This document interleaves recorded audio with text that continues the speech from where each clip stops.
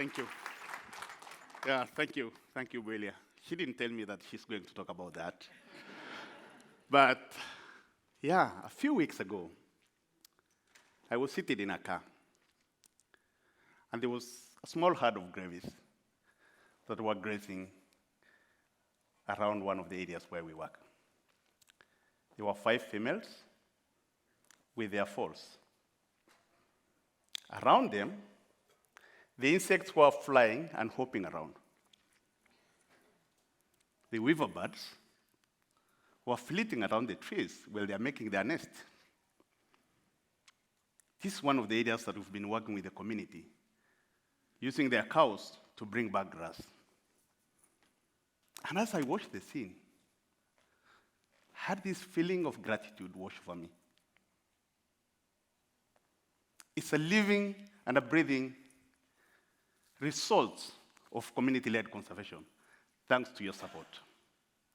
My name is Peter Lalampaa. I'm the Executive Director of Grevy Zebra Trust, and I'm here today to show you, with your support, how communities in northern Kenya are shaping the future for the survival of Grevy zebra. Grevies are one of the biggest, iconic species and the most threatened of all the 3 zebra species. Today, there are only 3,000 left in the wild, and 95% are found in northern Kenya. Grevies can go for a number of days without water, so they are adapted to arid and most remote areas, making them a living symbol of resilience. Just like the zebras, my community are pastoral communities that share space with the Grevies. They coexist in the same landscape. And because of their lifestyle, because of how my culture includes nature within our lifestyle, we're able to have this coexistence within the landscape. The communities here, through their stories, through their songs, through their ceremonies, everything revolves around nature. And so the link between the community and nature is very strong. But besides the stories being strong, besides everything being connected, Grevies being one of the most endangered species within this landscape also stands out as a species that indicates the health of the land. And I want to share a story of one of the communities in northern Kenya called the Rendile. There's a tale that they tell from one generation to another. And it's a story that once upon a time, one woman was setting out to go out and fetch firewood. On her way to fetch firewood, she comes across a Grevy zebra with a young foal. The mother zebra was startled, so she ran away, leaving the young foal behind. The woman froze when she saw the foal was left behind. But the Grevy mother ran to a distance, stopped, and started singing a song. Singing a song to the woman to leave the foal so that they can reunite with the mother. This is a story that's passed from generation to generation. And within the Rendile culture, they have a lullaby where women sing to their kids in order to soothe them to sleep. That's how culture and wildlife are intertwined within this ecosystem. But imagine a landscape without Grevies. How will it feel? I'm sure if you talk to a number of the team members that Shivani was talking about, they will tell you losing Grevies is like losing part of our history, losing part of our culture, losing what we hold dear to ourselves. And as Grevy Zebra Trust, we recognize that the local communities, the future of the species, depends on the hands of the community that share space and resources. And so 90% of our team members are from the same community. They are knowledgeable about the landscape. They have skills and traditions that have been passed from one generation to another.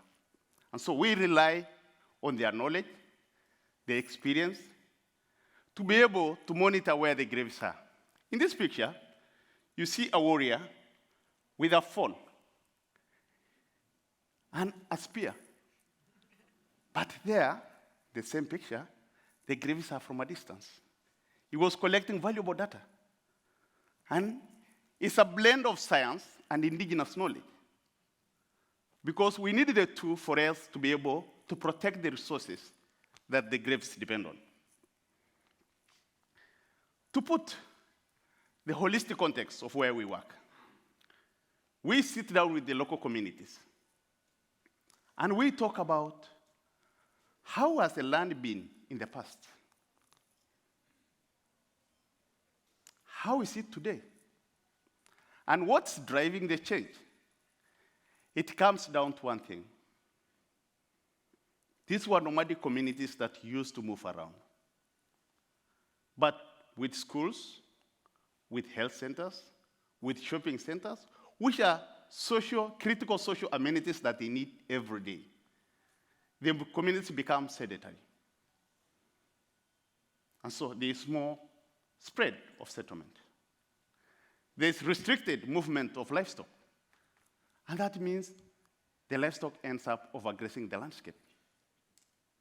Perennial grasses disappear. And so there's more bare ground on the landscape. And this is a threat, not just to the herbivores such as grave zebra, but also to the pastoral communities, the Samburus. And so we said, what if we take a challenge and turn the problem to a solution? And the question we ask ourselves, every time livestock is being blamed as a cause of overgrazing.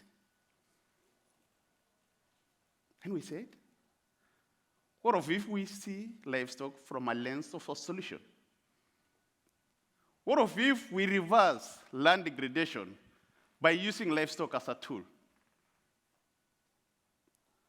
What if we work within the confine of permanent settled communities and still make them move around the way they used in the past? So as Grave Zebra Trust, we work with the local villagers through regenerative grazing. And regenerative grazing is where villagers come together, they demarcate their land into grazing blocks. Once they demarcate the land into grazing blocks, they move livestock from one block to another.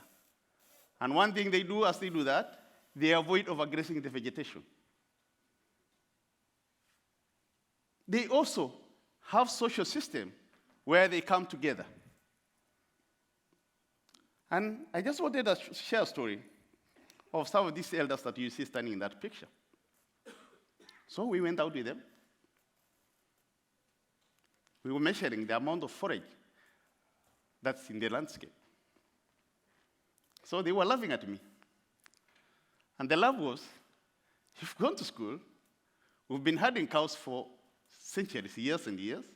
What are you going to tell us about how much we need for grazing? And I told them, let's do an example. And the example was, how much of the land do you think can feed a cow within a day? We started making pegs. And we established how much forage they need based on the number of blocks they have. They were able to run that grazing calendar the whole year, and their cows were able to survive from one grazing season to another. But it's not just about the cows. It's about the ecosystem. We plan, as we do the regenerative grazing, we think about ground roosting birds. We think about areas where we have carnivores. We think about areas where herbivores are actually, having their falls. And so it's an ecosystem approach to species conservation. But as we do this, we realize that livestock is the key ingredient to habitat restoration. And how is that? The livestock hooves breaks the hard-capped soil, and that enables the rainwater to soak in. But they dung, they urinate, and that's fertilizing the soil. And so we've used this tool as a way to restore some of the degraded landscape. And a good example is this particular picture, where on your left is a livestock kraal, and on your right is outside the kraal. Inside the kraal, you can see the amount of vegetation within the livestock kraal. And this is because it's a tool that you can use to heal the most degraded landscapes. It's not just about the ecological changes, but also the social changes. Communities have more milk by engaging in regenerative grazing. Their cows fetch more better prices because they are fattened. And so there's more community well-being by the fact that they engage in regenerative grazing. And so I want to welcome you to a journey together. And here's how I want us to engage in this journey. I ask everyone here to close their eyes. So imagine you're out there, barefooted, and you want to walk from one patch land that's bare to an area where there's grass cover. The sand is really hot and scorching. And because you are barefooted, the soil under your feet is burning your feet. So you feel like rushing across to where there's grass patch. You hurriedly run to the grass patch. You had carried a bottle of water. You pour it, you drink it, and you pour it over your head. Some of the water spill and fall on the bare ground, and it quickly evaporates. Some of it fell on the grass patch, and slowly the water drops soaks into the soil because of the grass cover. This is a dream we work to achieve as Grevy Zebra Trust. You may open your eyes. For us to have healthy ecosystem, it's about having enough grass for the wildlife, for the communities, and for the ecosystem. We've been successful in doing this work in an area where you see the green.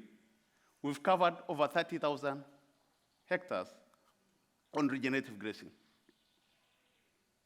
Our dream is to expand from 30,000 acres to more than 50,000 acres of regenerative grazing.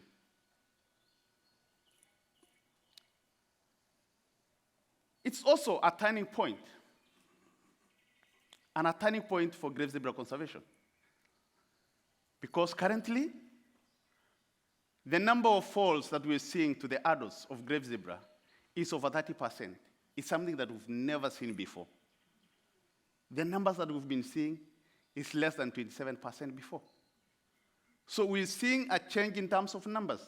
We're seeing it's a time for growth of the Grevy zebra population. And so every dollar that you give has a return on investment. For regenerative grazing, every dollar you put into regenerative grazing has a return of investment of $215. You can imagine that. So if we are talking about $10,000 to restore X number of acres, you're talking of return of investment of $20,000. It's amazing, isn't it? But, you know, what does the return of investment mean? It means changes in terms of the ecosystem services. It means more communities getting benefit from ecosystem services, having more food. It means more Grevies doing well within the ecosystem. And this is why we're saying we partnered with a conservation organization called CSF to be able to look at ecosystem value of grassland. And that's what it came down to. For every dollar you invest, it has return on investment of $215. We're asking all of you to continue walking the journey with us. It's been an amazing journey to our friends walking the journey with us, secure the future for the Grevies. And not just the Grevies, but also my community, the pastoral communities that share the space with the Grevies. So with that, I really want to say thank you, and thank you so much for all your support.